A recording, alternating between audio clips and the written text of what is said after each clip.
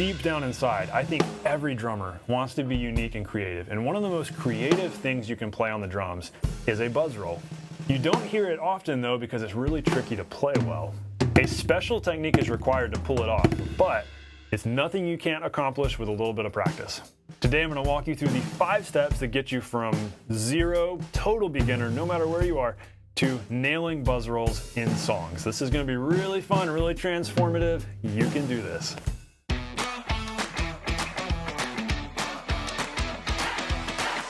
Hey everyone, welcome to The Non-Glamorous Drummer. I'm so glad you're hanging out with me today. I'm here to help you become the drummer that everybody wants to play with, the musical, confident drummer that you know you're made to be. And hey, I've got a free gift to help you get there. My guess is that you've got a weak hand. If you are a human learning the drums, you have a weak hand, whether it's your left hand or your right hand. And it might just be wreaking havoc on what you're trying to play. Like if you've got a weak hand, it's really hard to play even fills. It's really hard to play anything in an even, balanced musical way. And it's hard to feel confident because you're always worried about this weak hand that just can't keep up with your strong hand. And so you're always going to be held back by this. But the truth is, you don't have to settle. It is possible for you to overcome your weak hand. I've got this free mini course for you I want you to go dig into as soon as you finish watching this lesson. It's called 3 Steps to Eliminating Your Weak Hand. This is a whole bunch of great quick wins you can get from this simple, short, concise mini course where we work on really mastering the grip, making sure you're holding your stick the right way. Then we do hand-to-hand coordination exercises and a whole bunch of tips and strategies for really balancing out your hands for confident musical fill execution and just across-the-board drumming. So definitely check it out. It's delivered game-changing transformation in my students and to all the students who have worked through this for free. They've experienced freedom in mastering their weak hand. So go dive into it. 3 steps for eliminating your weak hand. It's in the description. All right, on with today's lesson.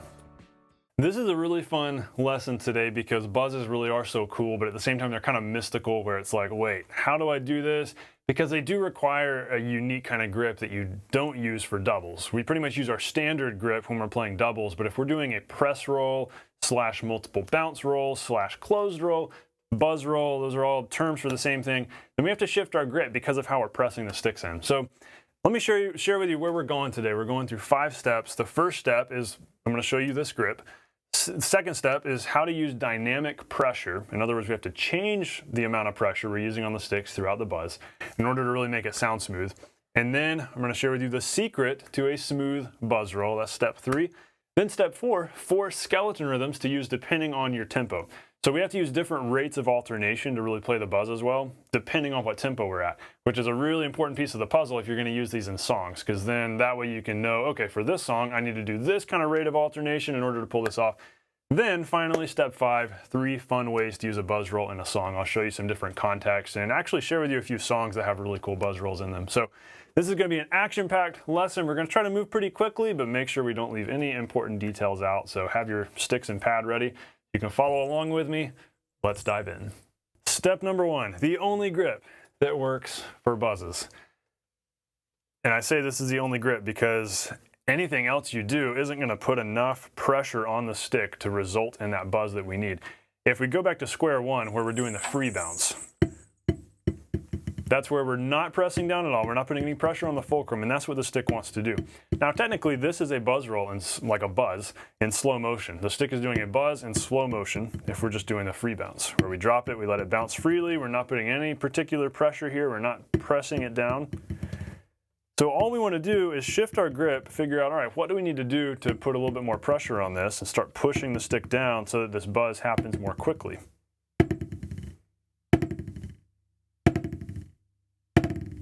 Here's what I do. I end up pretty much lining up my fingers on the shaft of the stick and shifting my fulcrum to pretty much index finger right here at this joint. So a good bit of pressure from the thumb, and almost my thumb's kind of coming on top of the stick as I do this to help with the pressure. If you've got your thumb underneath, it's a little bit harder to do downward pressure. If you're maintaining the normal grip we do, which is thumb on the side, like edge of thumb on the side, then you're going to have a hard time doing that pressure. You're going to end up with that a lot of times, and it's going to feel like it's popping out of control.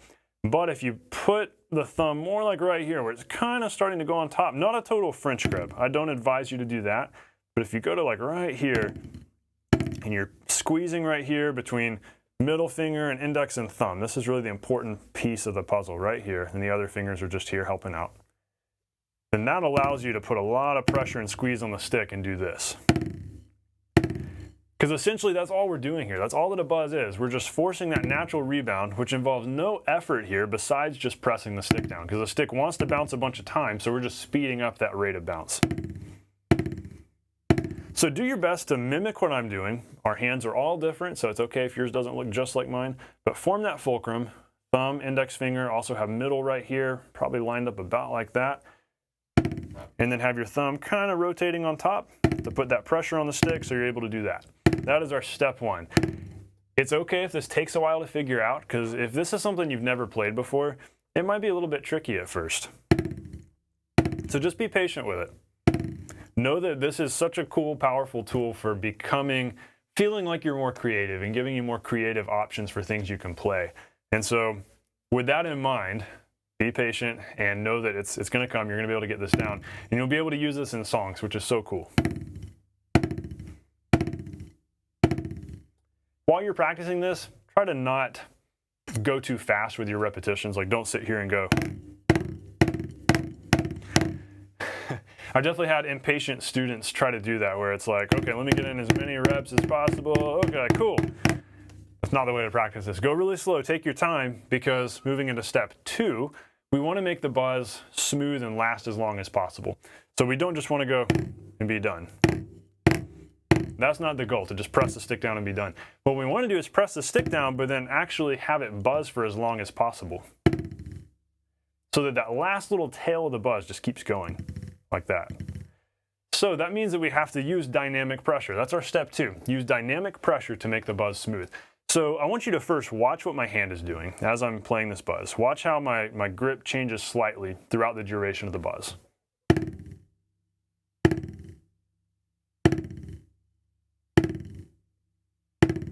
Can you notice what's happening? So I start it one way, and then something changes slightly to allow the buzz to continue. What is that?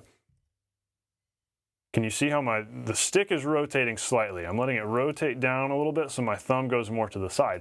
Remember how a minute ago I said that if you've got your thumb down here on the side, it's hard to do a lot of downward pressure. But if you move your thumb a little more on top, that helps a lot with that downward pressure, because with your thumb, you can put a ton of pressure on something. You can like mash a hole in your practice pad with your thumb. Very strong.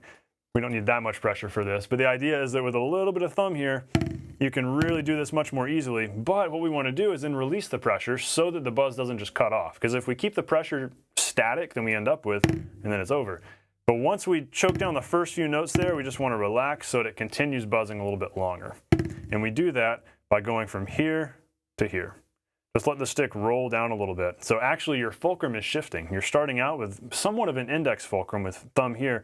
Then you're letting thumb roll off to the side, and then this becomes your fulcrum, which is interesting because the landing fulcrum here, the finishing fulcrum, is what we want to use for our standard grip. What I want to use for my standard grip, where I'd rather have a middle finger fulcrum. So we're starting off with a stiffer fulcrum up here, and then we're shifting down. That's the important thing here. This is the dynamic grip shift that has to happen throughout the duration of the buzz. Otherwise, your buzz is going to be sloppy. It's either going to sound like this all the time, or it's going to sound like that all the time. We don't want just one or the other. We need a mix of those things. We need to start out stiff, but then loosen up so it can keep going. And you'll hear that even more, actually, if we take the pad off, or you can practice this on a tabletop. If you have like a wood tabletop, that's actually a great way to practice this. And if you move out from the center of your drum, like more to the edge, then you can actually make it last even longer because you get that springier bounce out near the edge of your drum.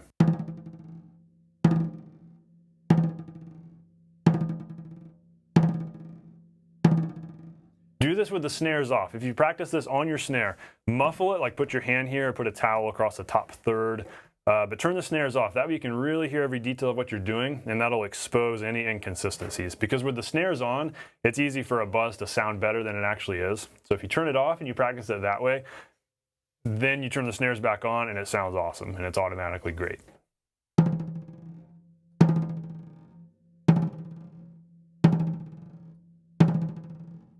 So that is our step 2. Spend as much time on that as you need to. Know that the goal here isn't to blast through all 5 steps within an hour practice session, or even within a day, or even within a week.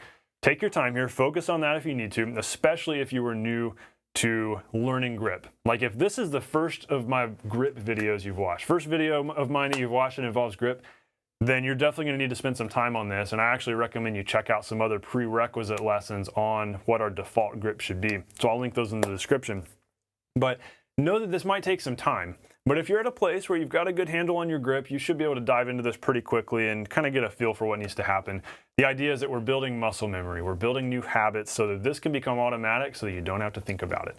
That's the goal, and that comes with repetition. So be patient. Know that you'll get there with lots of repetition. What we want to do next, so we're assuming, by the way, here in step 2, that we're practicing this with both hands, individually, but each hand. So we're spending some time doing this with right hand, left hand, so that it's sounding good individually. Now, step 3, the secret to a smooth buzz roll is overlap. We've got to have that buzz overlapping, so that it's kind of like this, so that the next one starts while the other one's still buzzing. So we're going to do what I call the 100 beats per minute test, the quarter notes at 100 beats per minute test. If we can alternate at a rate of 100 beats per minute, and there not be any gaps in the sound, we know that we're off to a really good start here. So here's what 100 sounds like. Right, left, right, left.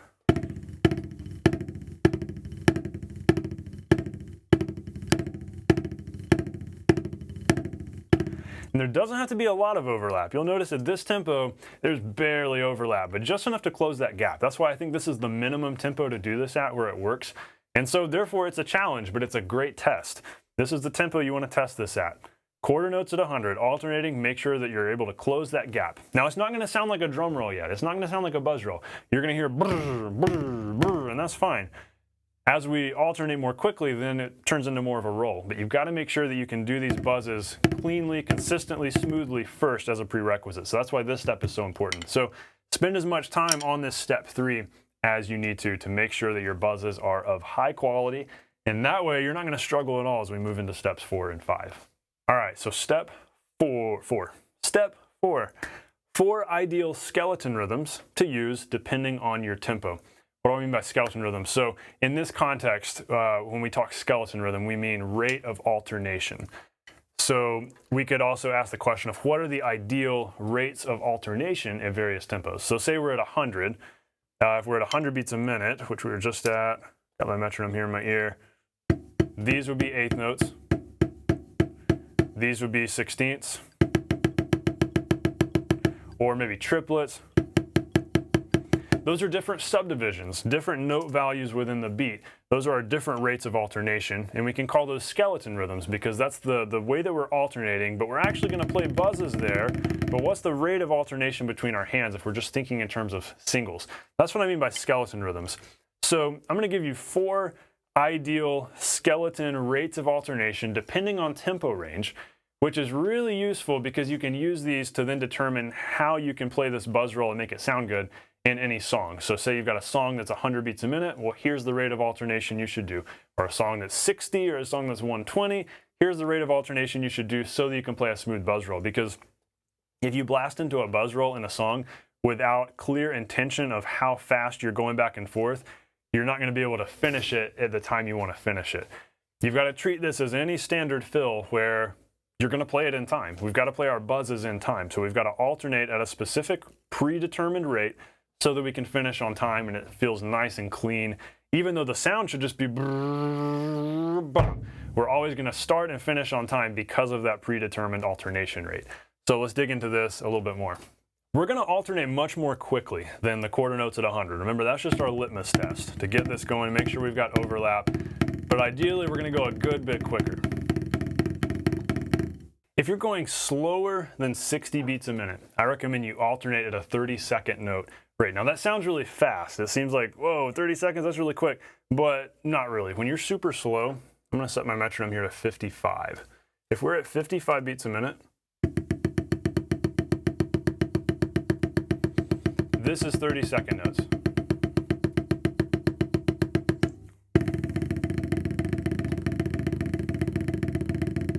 So if we buzz at this rate, it's a super smooth, seamless buzz. It's even pretty quick, honestly. We could even alternate a little slower than that and do triplets, and I think it would still work. But it always feels a little more comfortable to alternate a little bit more quickly. We just don't want to get into the territory of, crazy. So we're not going to go crazy with it. So once we get past 60, we're going to change. But if we're going slower than 60, so super slow song, so like 55, I recommend 30-second notes alternation rate.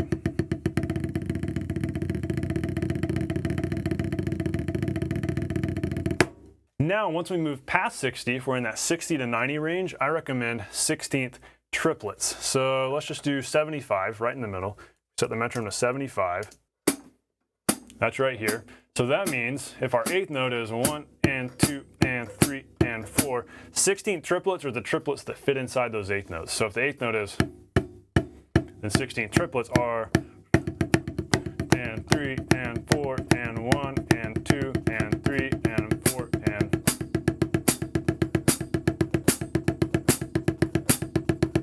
just like that. So here at 75,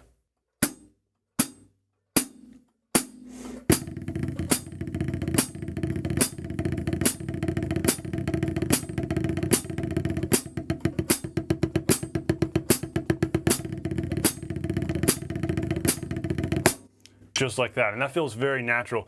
And it might feel a little bit slow when you're down close to 60, but know too that there's some gray area here. You can play around with what feels comfortable to you, but for the most part, these are the ranges we want to stick to.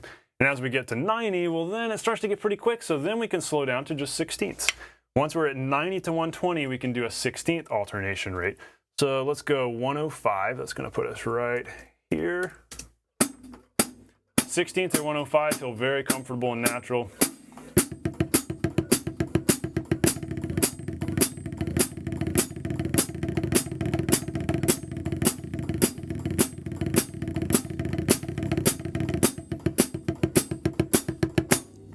Just like that, and then as we get to 120, we want to then shift to triplets again, but this time it'll be 8th note triplets. So if we're at 120, let's go ahead and jump to 130, just to say we're moving past 120. Here's 130. 8th note triplets are the triplets that fit inside each quarter note. So if this is our quarter note right here with the left foot, then 8th note triplet, 1, 2, 3, 4, 1, 2, 3, 4, triplet, triplet, triplet, triplet, 1, 2, 3, 4. So the 8th note triplets are the triplets that fit inside each beat. So 3 notes per beat. That's how that works. Just like how the 16th triplets were 3 notes within each 8th note. So 6 notes per beat. That's how the 16th triplets worked. You could also call those sextuplets since there were 6 of them per beat. So in this case, 8th note triplets. So we've got these 3 notes in each beat. So a buzz roll might sound like this.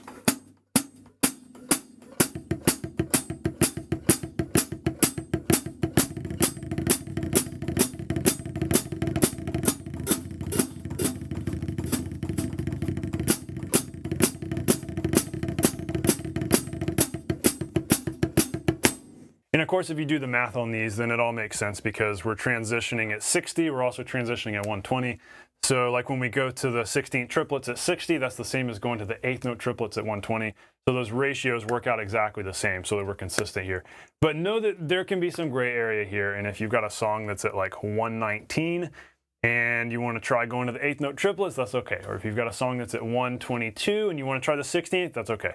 So these aren't hard and fast rules. Just know that these are good guidelines and good things to stick to. So if you've got a song that's at 115, then you know, all right, 115, let's do the 16th skeleton rhythm. That's our alternation rate. We're going to alternate with 16ths, buzz with 16ths back and forth, and that's going to fit. That way we can go into that buzz roll with a mindset of playing 16ths. We're just pressing down on the sticks, playing 16ths, and that way we know we can finish that fill on time.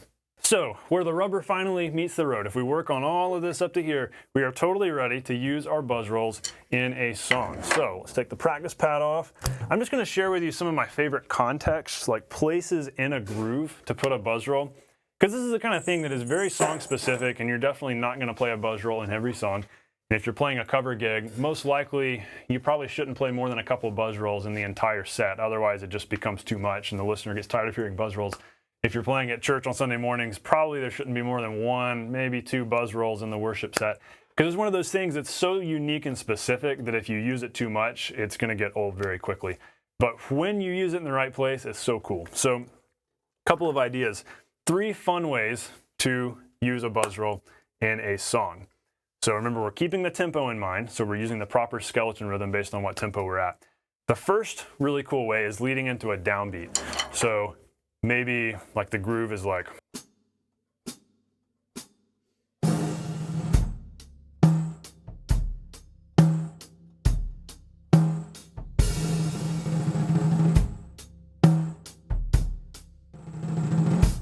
so like leading into a downbeat like that. Maybe there's an entrance where the groove comes in, and so maybe we're about to start playing, and so it's like 1, 2.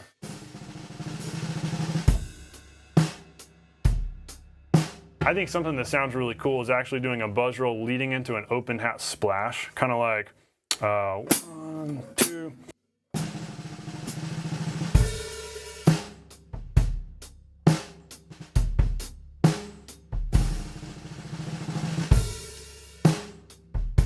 Kind of like that. That just sounds really cool, doing a buzz into a like that.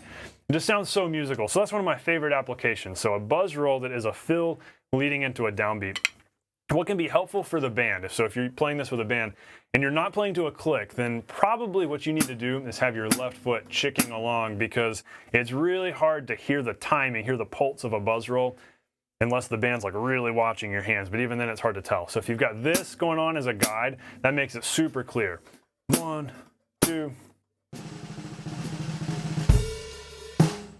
That way everybody knows where to come in. The other option would be something like,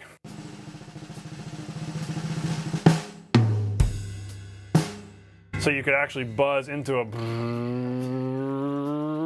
4, boom, kind of like a flam on 4, the old flam on 4 kind of fill to cue the band, and you could also do something like that. So that's a really cool, really fun way to do it, and I've done that in plenty of times when it's just you want to do a nice crescendo into an entrance. Usually that's where you're playing kind of a chill song and you're going into a groove. That makes a lot of sense, playing that into a groove.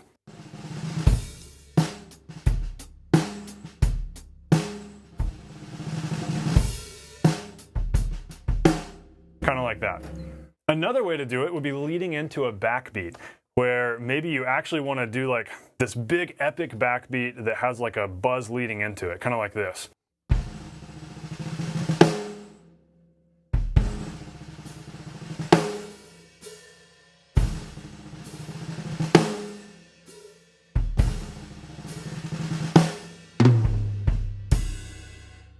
That can be really cool with like a really slow kind of epic groove. With a fast groove, it doesn't always make a whole lot of sense, but in a slow context, doing a buzz into a backbeat can be cool. And that can make for a great fill too. Actually, like a second ago where we did the buzz leading into a hit on 4 to cue the band in. So you could do that as a fill, or it could even be part of a groove. And actually, I'll share with you a song here in a minute that has that exact part. That was the song that was playing in my head as I played that. So I'll share with you a couple songs in a moment. You could also do a buzz roll leading from a backbeat. So the backbeat could be the beginning of the buzz.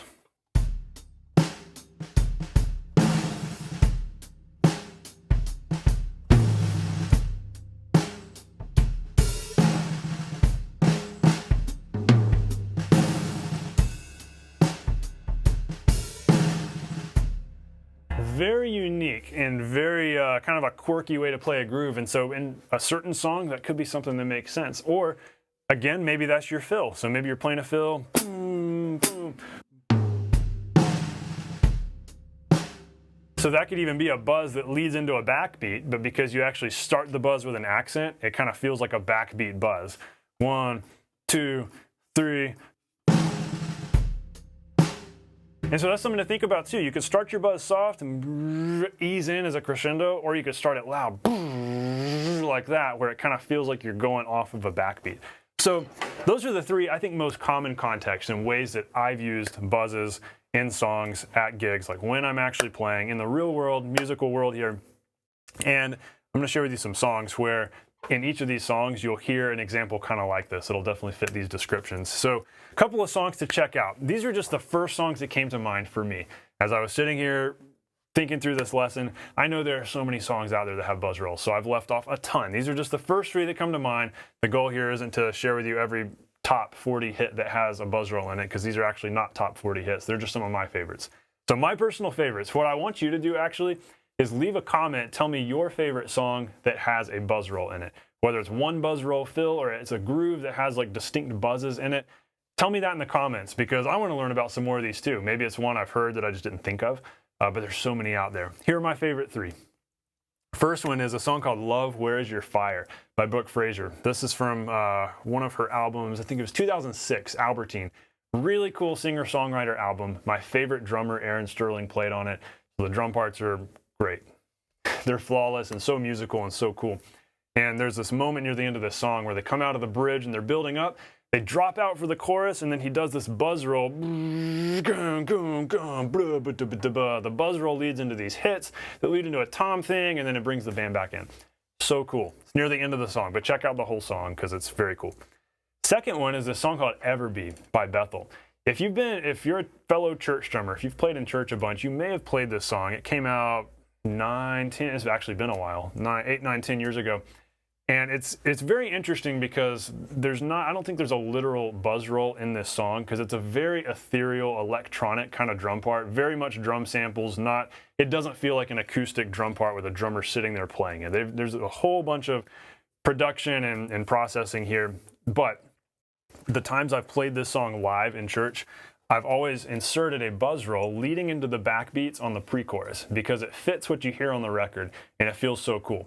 So if you go listen to the song, there's a big intro, full band, and then it drops out where the vocal comes in.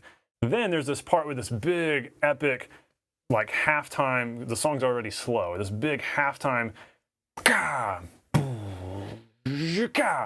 it sounds so cool if you play a buzz roll leading into that backbeat. It just fills this space, and it does something that another one of my favorite drummers, Paul Maybury, will refer to as begging for the backbeat, or begging for the backbeat. He's from Australia, and he sounds so cool when he talks. It makes it sound way more intelligent when he talks about, yeah, make the groove big for the backbeat. And so he'll play things like on the hi-hat that make you want to hear the backbeat next. It's a very distinct Paul Maybury thing. And so this makes me think of his philosophies, where when you're playing a really slow beat, sometimes you want to play something before that backbeat that just makes you just want to feel that backbeat and makes it feel so satisfying when it hits. And so this song is an example of that. The pattern I was playing a minute ago, where I was doing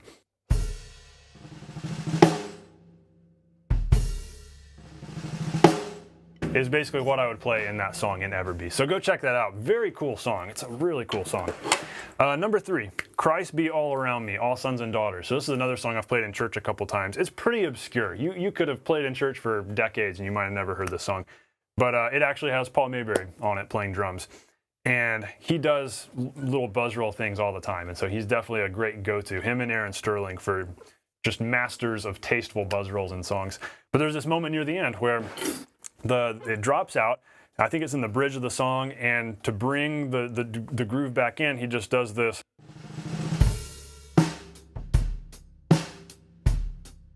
It's just super chill. He doesn't want to do any big abrupt fill. That would just be too abrupt. It's like he wants to ease in and allow that little to bring us in. Not even a cymbal crash, just a hi-hat open note. So listen for that. It's near the end of the song. It's so subtle and tasteful. If you're not paying attention, it'll just pass you right by and you won't even notice that he did it. But it's so cool. I think that's a testament to how cool it is, the fact that you almost don't notice it. So those are my 3 favorites that come to mind, and probably I'll think of more. And I know you can think of a bunch. So leave a comment with your favorite buzz roll song. As we wrap up, all of this stuff that I've shown you today, this is all super cool. I get excited about this. I love creative fills, and I know you want to be creative. You want to be able to play whatever fill you think of and do buzz rolls if you want to do buzz rolls, and be able to start them and end them on time and be very intentional with them. And all of this is going to help you do that.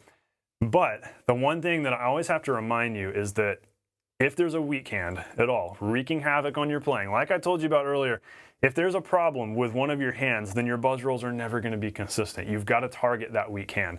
And if your weak hand has been frustrating you to the point where you're like, I'm just going to have to deal with this, I'm just going to have to live with it, I'm just going to have to be sad, and have a strong right hand and a left hand that can't play stuff, maybe I'll just play my fills one-handed.